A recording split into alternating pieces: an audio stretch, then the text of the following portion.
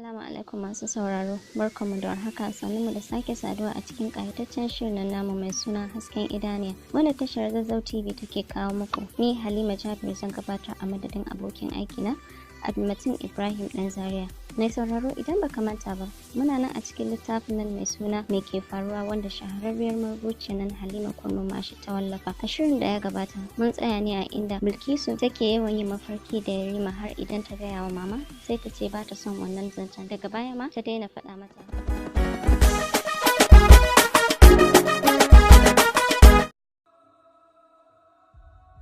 Kowane sazun ɗanta suke wai ta ki ɗora ma yara talla, ga ta da 'ya'ya mata. In ta tashi aurar da su sagami za ta kai ma yaran ɗaki. Sam wannan bai damu mamanmu ba, ita dai burinta shine ta ga 'ya'yanta sun samu tarbiyya tare da kulawa.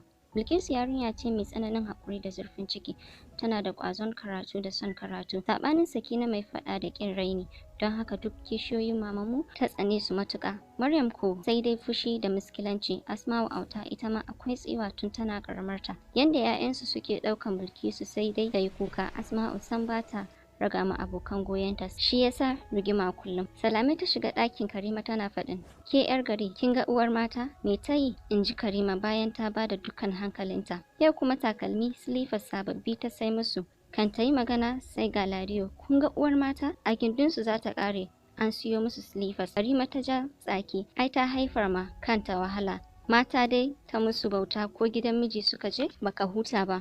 Mu ko masu mazan da farko in sun kawo ƙarfi sai dai mu kwanta su mana su makannin su mata. Salame ta ce, ai Allah ya taimake mu da muka fara da maza. Ladiyo ta ce, ni duk ba wannan ya dame ni ba, irin in na kalli Bilkisu nan yarinyan kyau kamar aljana. Salame ta ce, kuma ta fi son ta ba, tsoro na ɗaya kada wani mai hali ya aure ta. Ladiyo ta ce, ni ma ina wannan tunanin, amma ga shawara ta raɗa musu wata magana a kunnuwansu, suka saki dariya tare da faɗin, kin kawo shawara. Bilkisu da ƙanninta cikin kayan Islamiyya suka nufi Islamiyyar, sai dai ta raka ƙanninta ƙofar ajinsu Sakina da Mami, sannan ta tafi ajinsu. Duk malaman makarantar suna son Bilkisu saboda ƙoƙarinta tare da ƙwazonta. Duk malaman makarantar suna son Bilkisu saboda ƙoƙarinta tare da hazaƙa, ga ladabi ga kuma tsafta. Duk da cewa kayan makarantar tasu sun tsufa amma tsaf suke a wanke. Ta shiga suka soma karatu, basu daɗe ba wani malami ya shiga da wata yarinya sabuwar zuwa ce, duk da ba za ta fi Bilkisu ba. Ta shigo tana 'yan kalle-kalle alamun bakunta. Bilkisu ta kalle ta cike da murmushi, don haka sai ta je ta zauna kusa da Bilkisu. Bayan sun tashi sun fita, Bilkisu ta ce, yaya sunanki? Ta amsa, Mansura Sadiq. Kefa? Ta ce, ni sunana Bilkisu Muhammad Salis, da fatan za mu zama ƙawaye. Mansura cikin murna ta ce, insha Allah. Ta ɗebo ƙanninta, ita ma da ƙaninta Abba ta ɗauko shi daga ajin da aka kai shi, suka jero suna hira. Gidan su Mansura ba shi da nisa da Islamiyyar, don haka Mansura ta roƙi Bilkisu ta shiga ta gaida ummanta. Jikin Bilkisu ya yi sanyi da ganin daular da su Mansura suke ciki. Lallai Mansura ba abokiyar rinta bane, domin an ce ƙwarya ta bi ƙwarya. Hajiya Mairo mahaifiyar Mansura nurse ce, mahaifinta ko ma'aikaci ne a GT Bank da ke Kaduna. Makarantar bokon su ta kuɗi ce mai tsada, haka ne yasa Bilkisu ɗan jan jiki da Mansura, amma Mansura sai ta ƙara shige ma Bilkisu. So take ta san gidansu, amma Bilkisu ta ƙi. Sai wata rana ba ta da lafiya, don haka bata samu damar zuwa Islamiyya ba. Hankalin Mansura ya tashi, don haka kuwa ana tashi ta bi su Sakina don ta dubo Bilkisu. Dan Mansura bata damu da yadda ta ga gidansu Bilkisu ba, har ma ta samu mamansu ta gama tuwo sai ta ci. Hakan ya sanya zuciyar Bilki, don haka tana son Mansura, musamman ma da yake Mansurar iyayenta sun kasance 'yan Gombe. Tana ganin Gombe da Bauchi kamar ɗaya ne gunta. Tana son 'yan Bauchi, dangin uwa masu sonta. Tana ganin kamar bata da masu sonta sai 'yan Bauchi. Shi yasa duk inda ta ga 'yan Bauchi tana girmama su. Mansura tana da son tuwo, don haka sai ta samu gurin zuwa. Ko Bilki bata nan, Mansura tana zuwa gurin mamanmu, jin ta take tamkar mahaifiyarta, wato ummanta. Su ko mutan gidan sai suka tsiri sakin habaici. Bilkisu ma nan ta saki jiki da Umma da mamarsu suka zama ƙawaye. Hakan ya so ran su Ladiyo, musamman da suka ga tana ba su kayan sawa zuwa ɗan abin marmari. Bilkisu tana zaune cikin wani ciyayi mai kama da kafet. Gurin sanyi da iska yadda yake kore fato ya bata sha'awa. Ga fararen tantabaru suna tashi, wasu suna sauka. Daga can nesa sosai take hango ɗan matashin yaro, tsaranta bisa kan doki yana isowa gurinta. Ya tsaya cike da jan kai ya ce, ke waye kawo ki gonata? Ta dube shi, nan ne gonarka? Kafin ya bata amsa, sai ga wasu mutane su biyu suka kama mishi linzamin doki ya sauka. Sannan ya isa wata kujera da ke can gefe irin ta sarakuna ya zauna. Sai ga wasu mutane cikin jajayen kaya sun tsaya a bayan shi, can kuma sai ya ce, na sallame ku. Suna tafiya ya dawo gurin Bilkisu ya zauna kusa da ita. Ki yar sarkin wani lardi ne? Ta dube shi, bani da alaka da sarauta. Ta bashi amsa ya ce, kin sani? Ta dube shi cike da mamaki. Kai baka gane ni ba? Kai baka gane mutane ne? So nawa muna wasa da kai. Firgi ta farka daga bacci. Yau mafarkinta ba irin na sauran ranakun bane, domin sauran ranakun ta fi mafarkin suna wasan ƙwallon kafa ko na raga ko na tebur. Suna hira sosai, amma yau ya nuna bai ma santa ba. Ta yi murmushi. Tun tana 'yar shekara 6 take mafarkin Yarima, gashi yanzu tana shekarar ƙarshe a firamare, shekarar haihuwa ko 11. Su Bilki an soma zama 'yan mata. Kenta kullum ƙaruwa yake. Hankalin mamanmu ya tashi domin ba ta da kuɗin da za ta yi ma Bilkisu hidima don zuwa secondary, duk da cewa tana ci domin makarantar gwamnati ma wannan zamanin sai kana da hali. Da kanta ta je makarantar da Bilkisun ta ce sun mata lissafin tun daga registration zuwa uniform da takardu 8,000 har da ɗoriya. Hankalinta ya tashi, ba ta da inda za ta samu kuɗin nan. Gidan Hajara ƙawarta ta shiga don yin shawara. Hajara ta ba ta shawarar me zai hana Bilkisu ta yi aikin gida ko na wata 3 ne, in ya so sai ta shiga a zango na 2 tun da an amso fam. Mamanmu jarumar uwa ce wacce samun kamar ta sai an tona. Tsammanin cewa za ta zamar wa 'ya'yanta uwa kuma uba, don haka ta ce ma Hajara, ni zan yi aikin da kaina, wa kike ganin zan samu ya nemo min aikin? Hajara ta ce, kada ki damu, akwai mata masu da suke zuwa gurin malam, zan dinga musu magana har a daji. Shin mai gidan naku zai barki? Ta ce, tunda baba ni zai yi ba, ai batun hanawa ma bata taso ba. Shi fa yanda na kula, ko menene kika je ki, amma kada ki tambaye shi. Su kansu kishiyoyi na da yake son su baya musu komai, amma don rashin tunani suna nan suna ta zabga masu gasar haihuwa. Yaran ba cin kirki bare sutura. Karatu kuwa sai dai na zagi. An sha kam kwando zaki ga ɗan ƙaramin yaro yana saukewa. Gaskiya 'yan gidanmu suke ɓata ma zage suna. Shin haka kowane gida suke yi? Hajara ta ce, a'a, akwai dai masu yi amma ba duka ba. Cike da farin ciki ta bar gidan Hajara ta samu Bilkisu da 'yan ƙannenta a cikin ɗaki. Tana koya musu darasin lissafi. Nan ta tsaya nema Bilkisu komai. Bilkisu ta ce, mamanmu ki bari ni na yi aikin in na samu. Ta ce, a'a, na fi son ni in yi, bana son ki je ki ɓata musu gida har su sallame ki. Bukatunmu ya zama bata biya ba. Ta ce, mamanmu, amma kin san bana faɗa ko? Ta ce, na sani mai gado, amma ki bari sai dai an samu ɗin. Kin san ki yarinya kowane abu ne zaki iya yin shi ba. Sallamar Mansura ce ta katse su. Suka amsa. Ta shigo kusa da mamanmu ta zauna, sannan ta ce, mamanmu ina kwana? Suka gaisa. Ta dubi Bilkisu ta ce, Biliya dai, yaushe zaki fara zuwa school? Ni dai on Monday zan fara zuwa. Bilki ta ce, ni kan ba rana Mansu, kila ma sai second semester. Mansura ta ce, akan me? Ta ce, kuɗi. Mamanmu ta ce, kin san ko na yanzu sai da kuɗi. Ana cewa ne dai makarantar gwamnati, amma su ma duk shigiyan ɗarin ce, ga kuɗin motan zuwa makaranta. Kullum Mansura ta ce, bari abbanmu ya zo weekend zan gaya masa. Bilki har suna haɗa baki da mamanmu, a'a kar ki masa magana, shi ma yana ji da nasa iyalan. Mansura ta yi shiru, amma a ranta ta raya sai ta faɗa mishi. Haka kuwa yana dawowa ta gaya mishi. Ya tambaye ta ko nawa suka nema. Ta ce ya basu ko nawa ne, ita dai bata sani ba, kuma ta san ko ta tambaye su ba za su faɗa ba. 10,000 ya bata. Ya ce gashi ki basu. Sai da ta kai kuɗin mamanmu da yaran suka je godiya. Bilki kuwa sai da ta yi kukan murna, sannan tana ta mamakin dama da gaske ne akwai iyaye masu yi wa 'ya'yansu hidima, ba saɓanin iyayensu mata da ke wahala ba. Cikin nasara ta shiga JSS1. Mansura kullum in za su je makaranta sai ta saka direban su ya biyo sun ɗauki Bili, sannan sunan da take kiran Bilkisu kenan, ita kuma Bilki ta ce mata Mansu. Wani abin da yake ƙara ba su Bilkisu mamaki shine yanda mafarkin Yarima ke ƙara yawaita a gare ta. Ko gyangyaɗi take sai ta yi bare barcin dare, saboda sabon da suka yi har ta saka mishi Yarima aboki, shi ko yana kiranta Beauty. Tana son sanar da mamanmu, amma ta san mamanmu za ta ce sharme ne, shi yasa take bar ma cikinta, don ko Mansu ba ta taɓa ba wa labarin ba. Cikin haka Hajara ta zo ta ce an samu aiki. Mamanmu ta ce aiko zan yi. Suka je gidan Hajara inda Hajiyar da za a yi wa aikin take jiran su. Bayan sun gaisa ta dubi mamanmu ta yaba da tsaftata, don haka ta ce girki nake so, zaki iya? Mamanmu ta ce mai zai hana. Nan suka sasanta ita da Hajiya Kilishi. Gidanta na nan tudun wada. Sun sasanta kan 3,000 kuma za a dinga zuwa ana ɗaukar ta. Haka nan za a dawo da ita. Ko ta samu gidan nasu da batun, sai ya ce shi mai ruwan shi. Ta dai san dole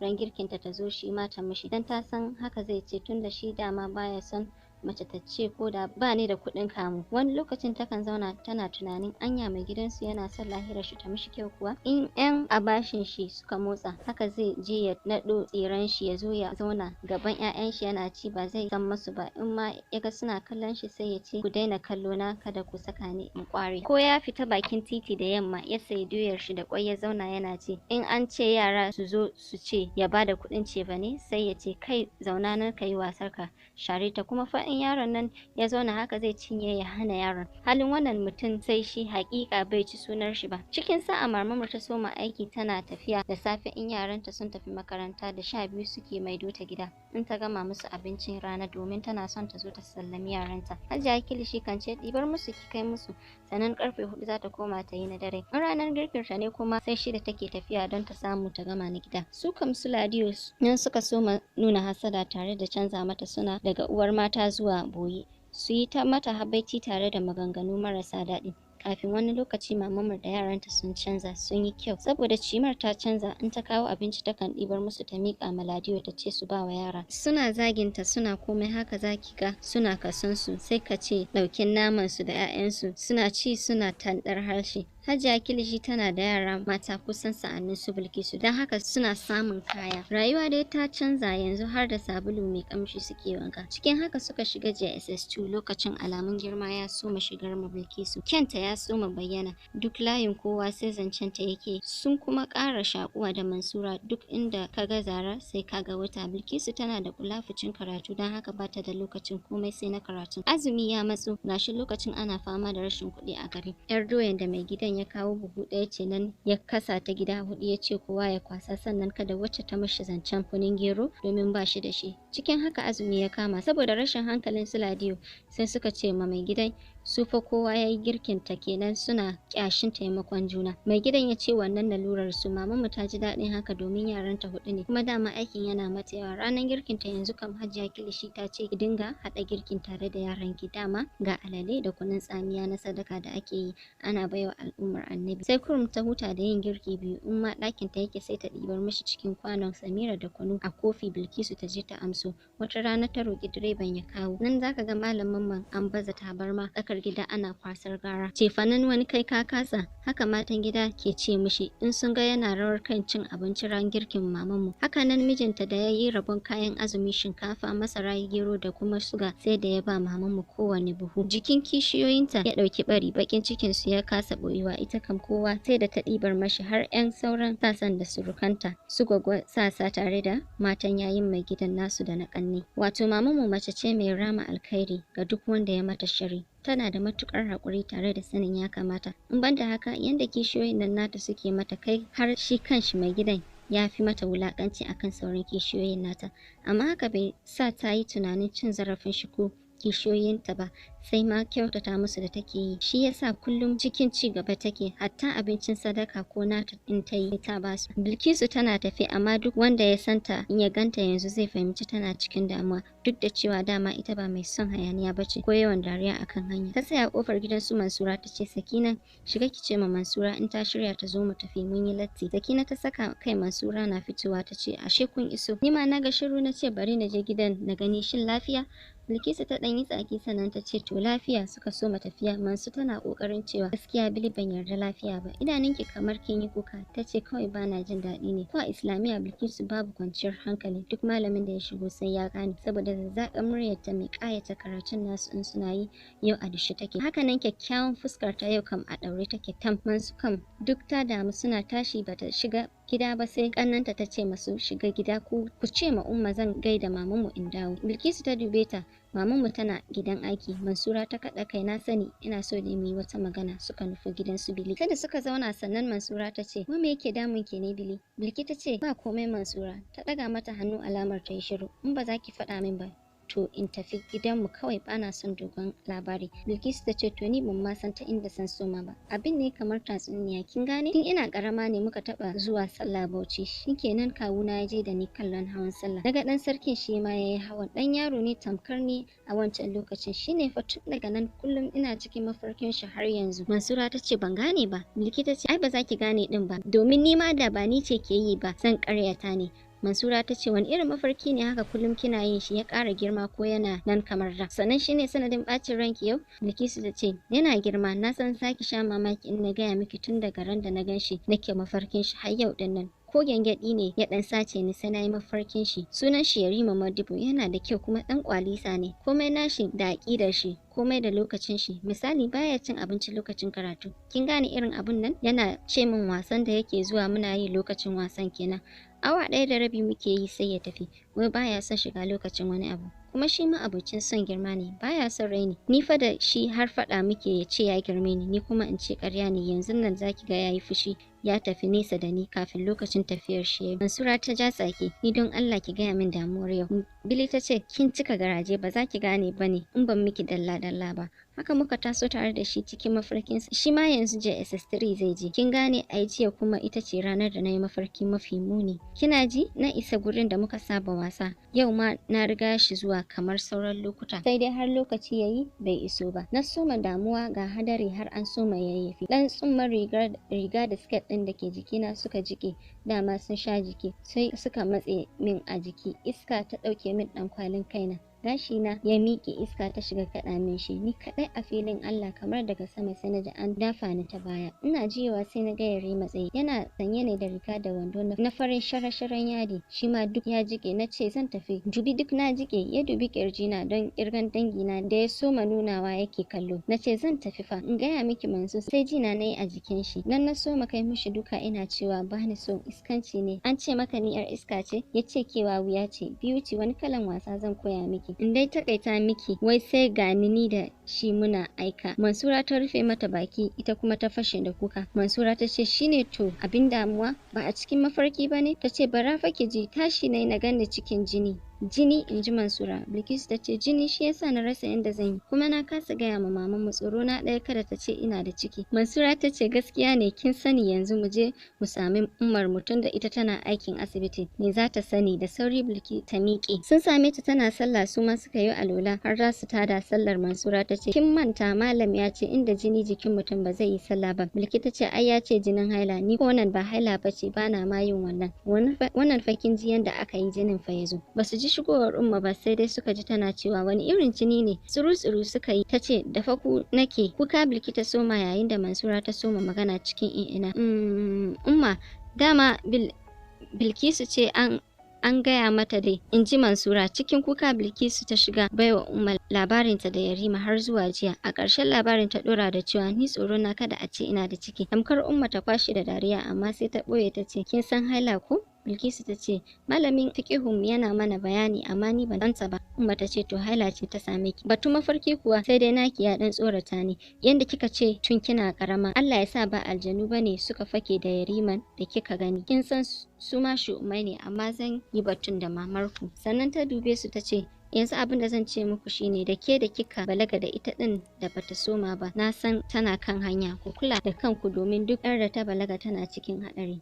Bilkisu ta zaro ido cikin tsoro. Me zai same ta? Umma ta yi amfani da wannan damar don ta tsoratar da su. In kuma wasar banza da maza ko 'yan doke-doke ne, to fa ciki da kuke tsoro shine zai same ku. Tsakaninku da maza nesa suka ce to. Bilkisu ta ce, dama ni bana kula su. To yanzu yaya zan yi? Ta fita sai ga ta da pad, ta nuna mata yadda za ta yi amfani da shi. Mai sauraro, aka ce laifin daɗi karewa. Duka anan zamu jalin zamin shirin, sai Allah ya kai mu shiri na gaba inda zamu ji yadda Bilkisu take kasancewa. Da fatan kuna jin daɗin kasancewa tare da shirin. A madadin abokin aikina Abdulmatin Ibrahim ɗan Zaria da ya shirya, ni Halima Jabir da na gabatar nake cewa ku huta lafiya.